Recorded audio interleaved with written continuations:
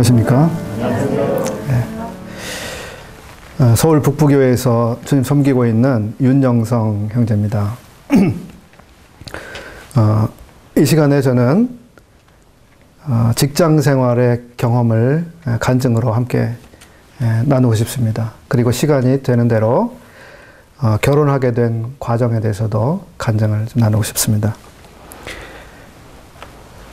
제가 직장 생활을 그 20대 중반의 나이부터 그 시작을 해서 아주 혈기왕성한 시기에 이 직장 생활을 했습니다. 당시에는 1987년도 제가 입사를 해서 그 직장 생활을 했는데, 우리나라의 그 11.6 사태 이후에 정세가 불안했고, 전두환 대통령이 그 정치를 하시고, 그리고 그 민중의 소요와 데모가 끊임없이 일어나던 시기였습니다. 민주화에 대한 그 국민들의 그 요구가 아주 엄청나게 일어나던 시기였습니다. 그런 당시에 제가 직장 생활을 시작을 하게 됐고, 그 제가 근무하던 직장은 의료보험 조합이라고 하는 곳이었습니다. 당시에 그 기관은 그 1987년도에 새롭게 시작이 되는, 설립이 되는 그 시기에 맞춰서 창립 사원으로 채용이 됐던 것인데,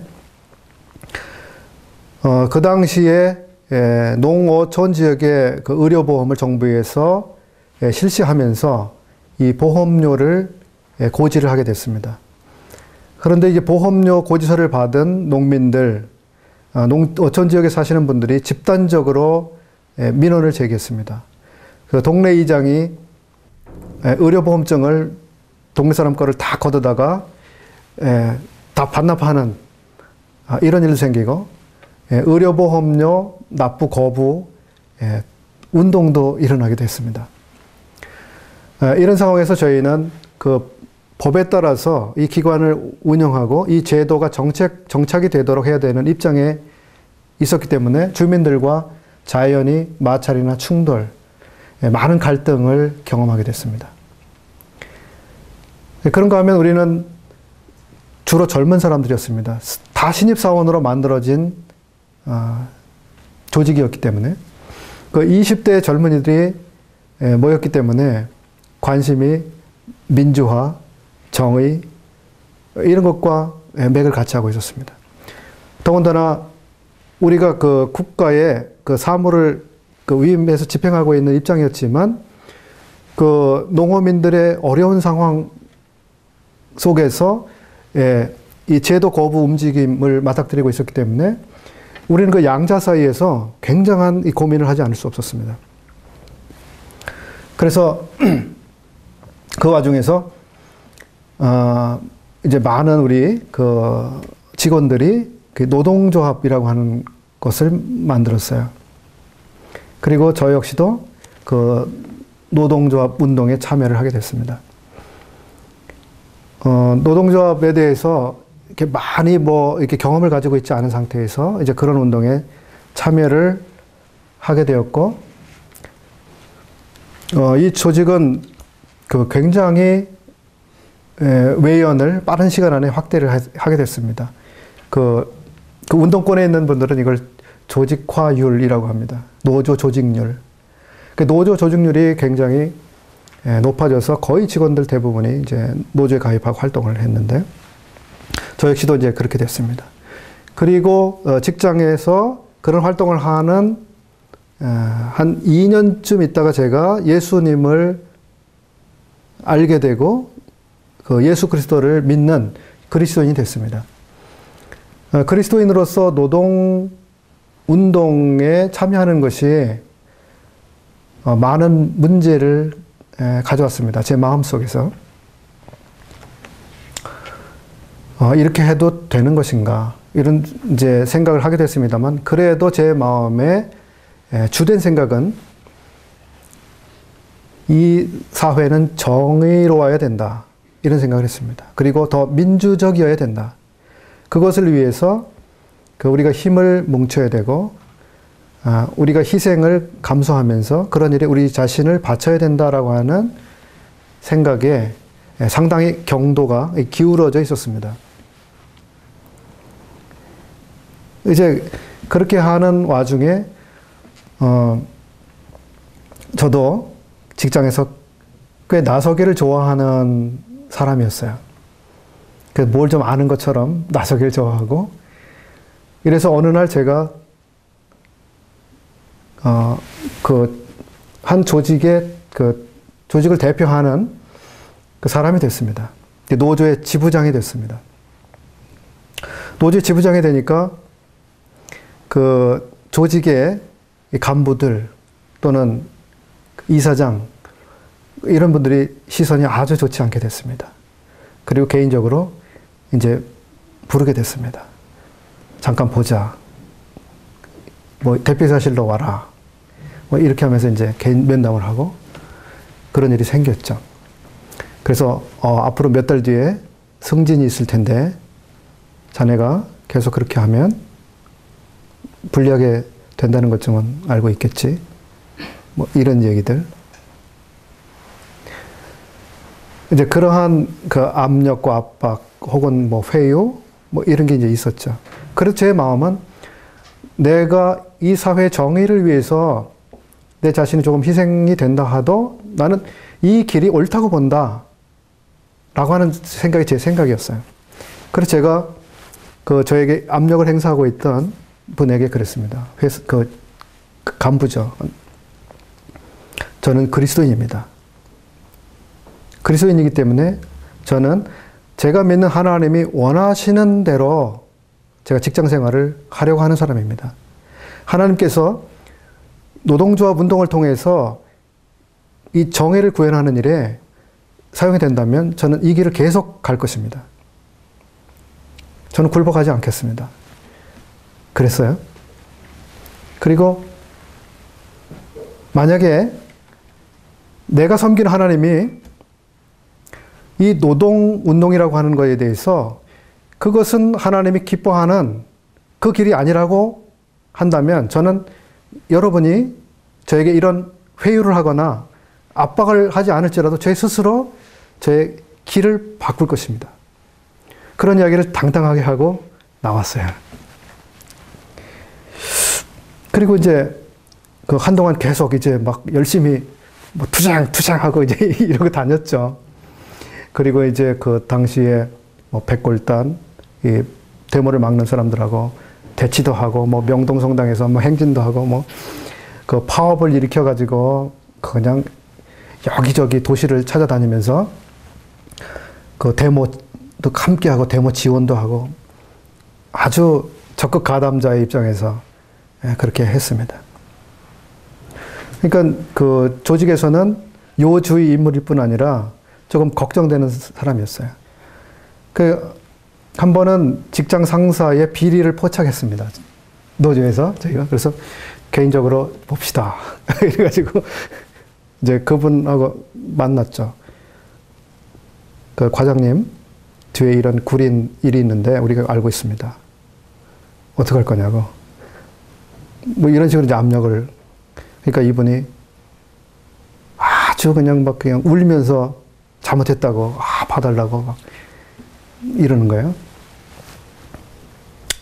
또 한 번 이제 대표이사를 상대로 고소를 하기도 하고 이래가지고 대표이사가 제발 철회해달라고 아주 애를 태우는 이런 것들 경험을 쭉 하면서 말하자면 그 조직에서 어떤 힘을 가지고 있는 사람의 그 권력이란 게 뭔가 이런 거를 이제 조금 경험도 하게 되고 이런 일이 있었습니다만은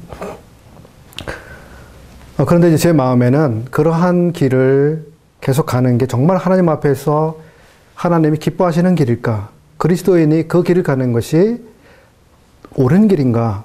그 고민이 사라지지 않고 있었어요.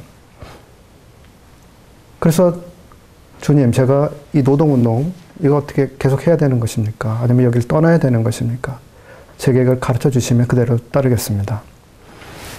그런 기도를 드리고 있었는데 어느 날 그 당시에 면목동에 그 모임이 있었습니다. 지금은 없습니다만은 면목동에 모임이 있었고 거기에 제가 잘 아는 청년이 그 모임에서 생활하고 있었어요. 그 형제님을 한번 얼굴 볼 겸 만나볼 겸 찾아갔습니다. 아마 토요일이었던 것 같은데 이제 학생회를 하고 있었어요. 그 형제님과 더불어서. 그래서 저도 이제 그 테이블에 가서 같이 앉았죠. 앉아서 이분들이 어떤 교제를 하는지 이렇게 쭉 보고 있었는데 그 주에 이 학생들이 성경 말씀 읽은 것을 간단하게 나누고 있었는데 그 중에 어떤 중학생이었던 것 같은데요. 한 남학생이 제가 이번 주에 말씀을 읽었는데 그 로마서 12장 말씀을 읽었습니다. 거기에 모든 권세는 하나님께로서 났다고 말씀하고 있고 그 그리스도인들은 이 하나님이 세우신 권세에 복종하라고 말씀하고 있었습니다. 그리고 그 권세에 복종하지 않는 것은 곧 하나님께 대한 불복종이라고 되어 있었습니다. 이런 얘기를 하는 거예요. 제가 테이블에 이렇게 같이 앉아 있다가 그 학생이 하는 얘기를 듣고 있다가 깜짝 놀랐어요. 깜짝 놀랐습니다.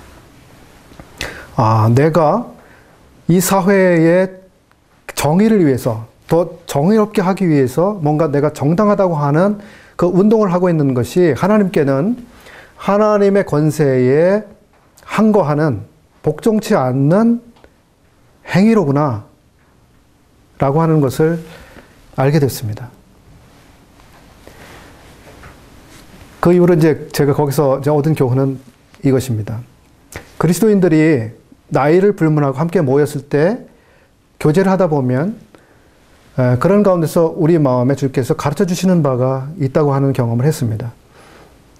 그래서 제가 어떤 필요에 대해서 주님께 간절히 구하면 어떤 상황을 통해서 주님이 말씀해 주실 수 있는 분이구나.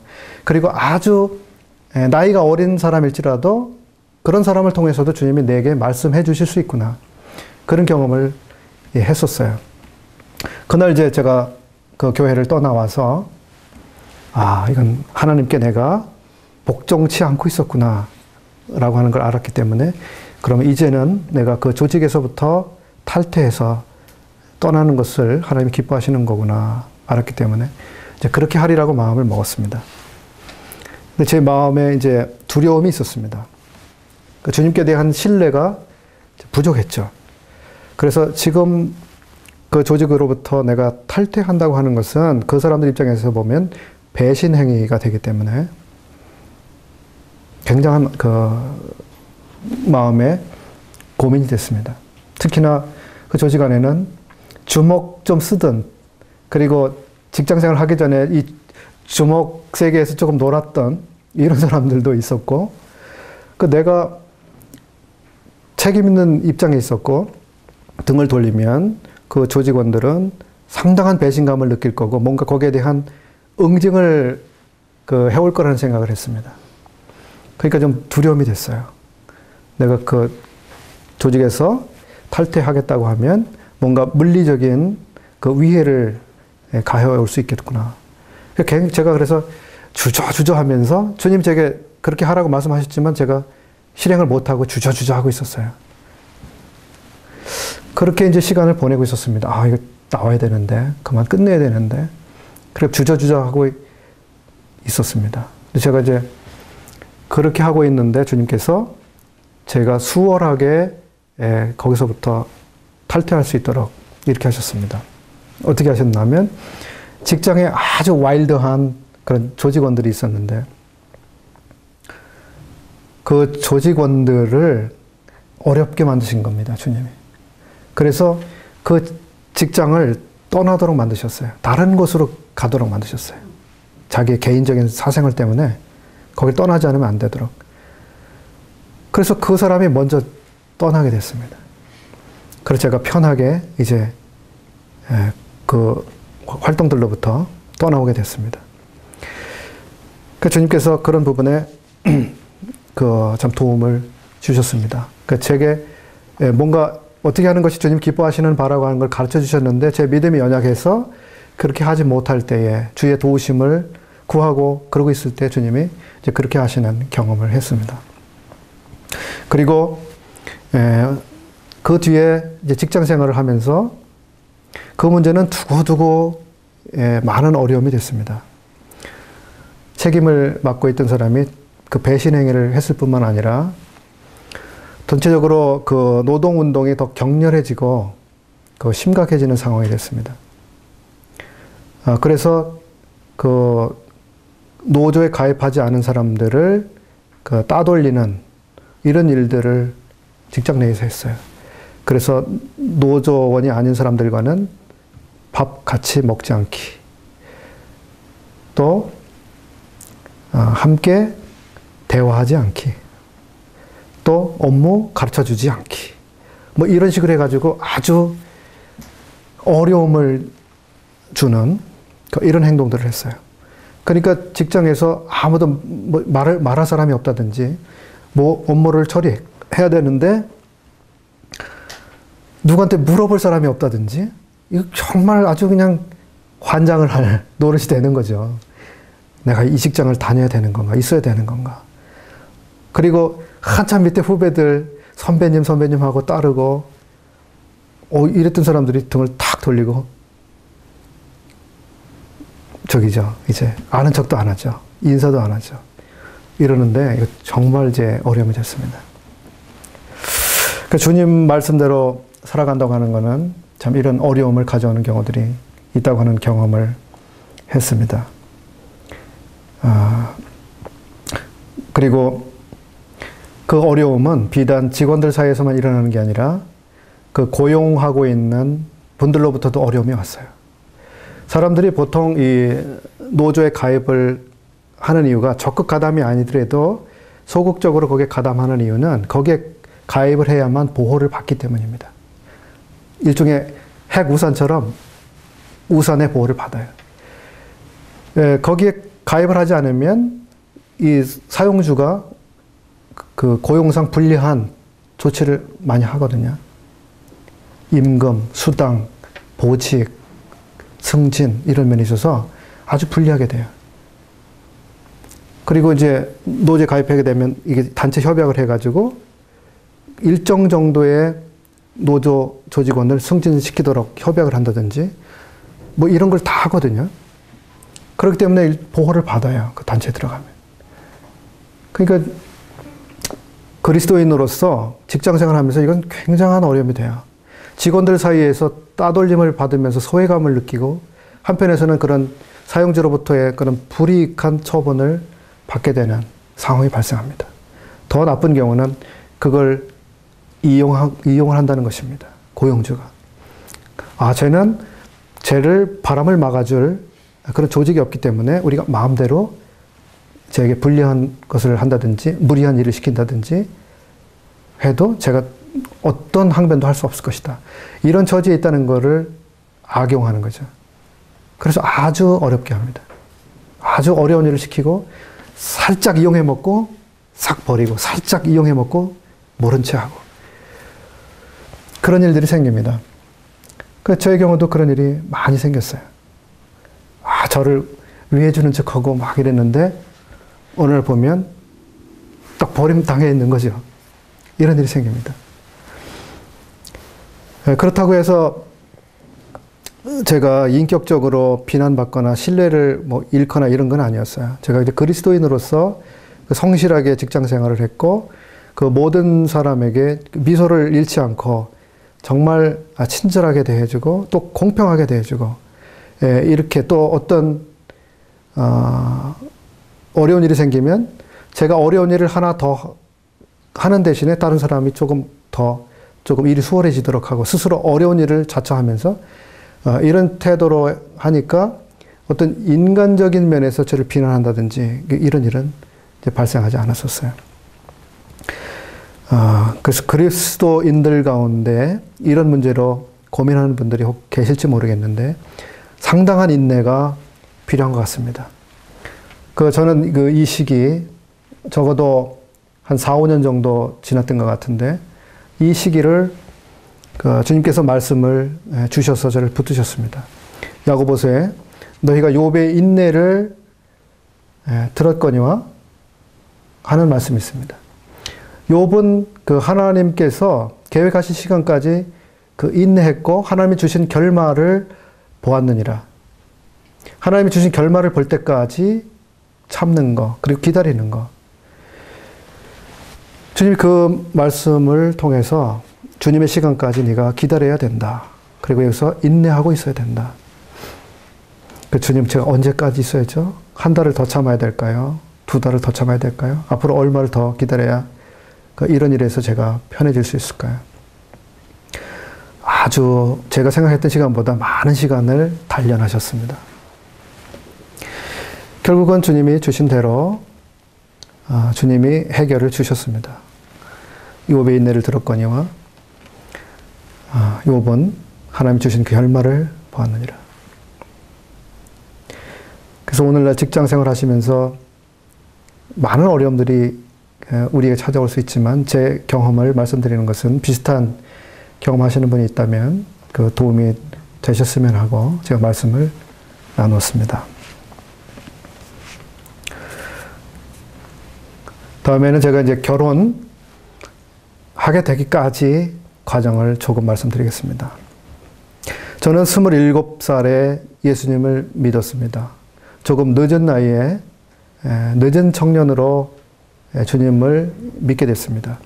당시에 27살 정도면 제 많은 친구들은 이미 결혼을 하고 있었습니다. 저 역시도 결혼할 연령이 됐었고, 그런데 저는 이제 27살에 주님을 알게 됐고 신앙생활을 시작했기 때문에 지금 결혼하는 것은 왠지 좀 안 될 것 같았어요. 후회가 생길 것 같았습니다.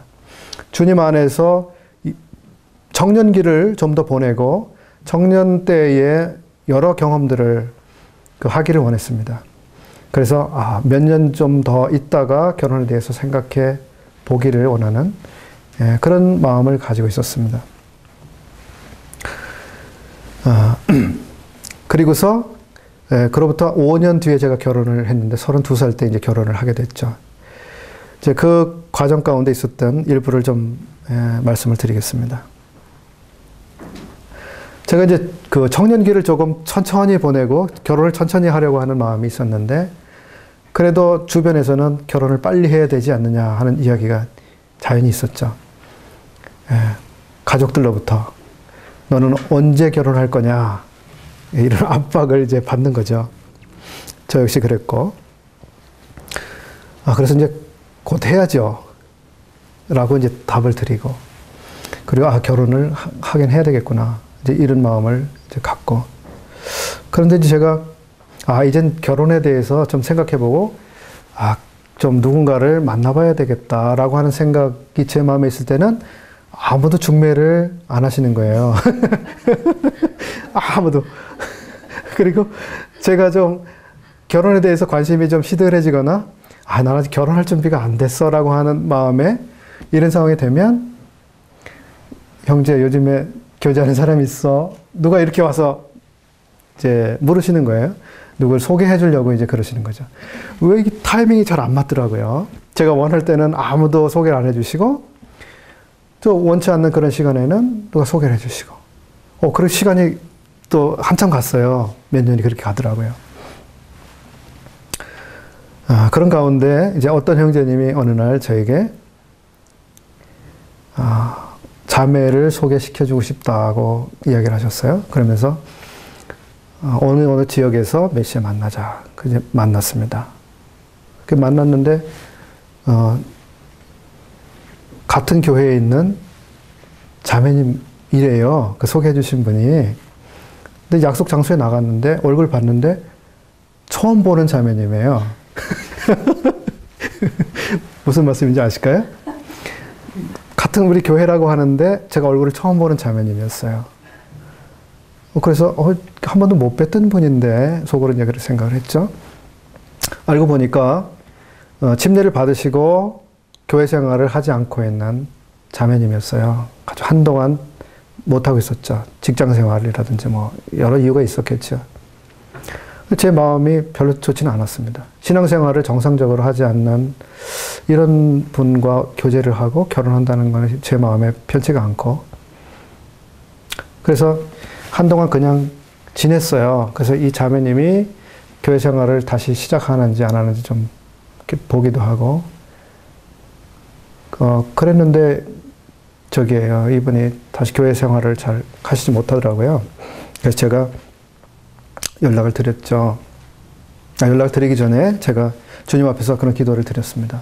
주님, 제가 이 자매님과 교제하는 것에 대해서 주님 뜻이 아닌 것 같은데, 제가 오늘 그 자매님에게 우리는 서로 계속 교제하는 게 그 주님 뜻이 아닌 것 같습니다. 이런 이야기를 제가 하고자 합니다. 주님 앞에 그런 말씀을 드리고, 제가 그런 이야기를 했을 때 그 자매님이 상처가 되지 않도록 해주십시오. 이렇게 기도를 했어요. 그리고 제가 이것을 거절한 이것 때문에 오히려 그 자매님이 신앙을 회복하고 더 그 주님 섬기는데 유익하게 사용이 되게 해주십시오. 그런 기도를 드렸어요. 그리고 이제 그 자매님에게 말씀을 드렸죠. 자매님과 계속 만나는 것에 대해서 제가 주님 뜻이 아닌 것으로 분별이 됐습니다. 그 말씀을 드렸어요. 걱정이 많았죠. 제가 이렇게 얘기했을 때 그 자매님이 더 상태가 어려워지고, 마음에 이 충격을 받으면 어떡하나, 아주 염려 가운데 이렇게 기도하면서 전달을 했어요. 그리고 시간이 지났어요. 한 두세 달 지났는데 그 자매님이 교회를 나오는 거예요. 꾸준하게 나오고 그 뒤로 교회 생활을 아주 잘하셨어요. 그리고 저보다 먼저 결혼하시더라고요. 그래서 제가 이제 간증을 하면서 좀 나누고자 하는 교훈은, 우리가 어떤 소개를 받는다든지 했을 때에 결혼을 위해서 소개를 받고 만나고 그렇지만은 분별을 하고 그 입장을 이야기할 때에 상대방의 유익을 많이 생각하는 게 좋겠다는 생각을 했습니다. 그리고 그 상대방을 위해서 많이 그런 기도를 해줄 필요가 있다라는 생각을 했습니다. 제 청년 때에도 어떤 분들이 서로 이 결혼을 위해서 교제하다가 그게 잘 안 됐을 때 어떤 분들이 너무 어려움을 겪어서 교회를 떠나는 이런 청년이 있는 것을 봤거든요.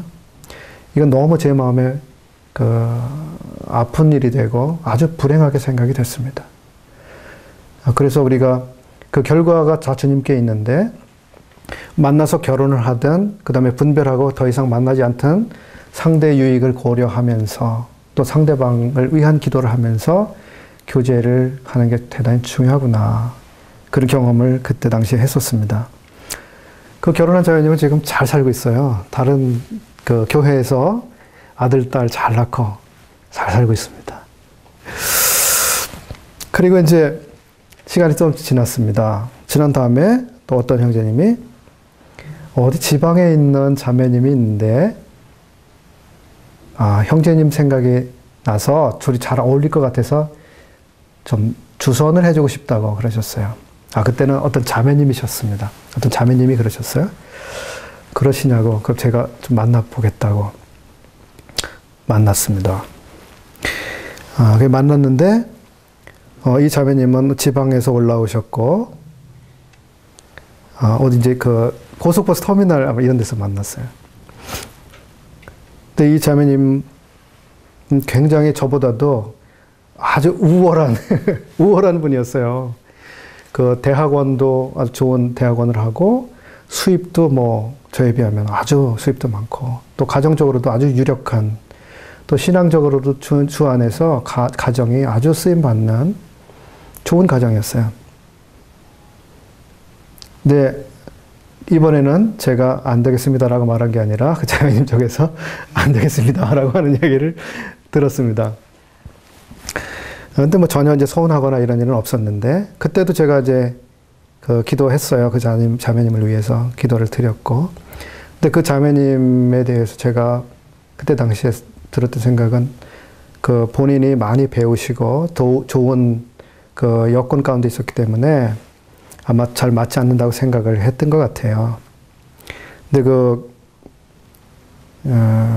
신앙생활을 아주 잘하는 입장에 있었던 것 같지는 않아요. 제가 보기에는. 근데 그 뒤로 그 자매님도 저보다 빨리 결혼하셨습니다. 근데 그 뒤에 소식은 잘 모르지만. 이런 일들을 통해서 그 청년들이 이성교제할 때 혹시 참고가 됐으면 하고, 또 한 번은 제가 아주 마음에 만나고 싶어하는 그 교제하고 또 결혼할 수 있으면 결혼하고 싶어하는 자매님이 있었습니다. 저희 집사람은 아니고요, 지금. 네. 그래서 기도를 하면서 그 이제 장로 형제님께 제가 아무개 자매님이 마음에 있는데 만날 수 있도록 한번 자리를 마련해 주시면 좋겠습니다. 그랬더니 자리를 만들어 주셨어요. 그리고 이제 만났죠. 그리고 이제 몇 번을 만나서 이제 시간을 가졌고, 그런데 이번에도 제가 채였습니다. 채인 이유는 교제하면서 그 우리가 주 안에서 가지고 있는 그 비전에 대해서 젊은이니까 이야기들을 쭉 나눴는데, 저는 주님이 부르시면 제가 외국에 나가서 그 선교에 제가 쓰임 받기를 원합니다. 그런 이야기를 했어요. 그때 제게 시간을 좀 주세요. 기도해 볼게요. 자매님 그랬는데 몇 주 지난 다음에 저는 자신이 없습니다. 그래서 교제를 계속하기가 어렵겠다고 그렇게 전해왔어요. 근데 저는 굉장히 이제 마음에 이렇게 많이 품고 있었던 거거든요.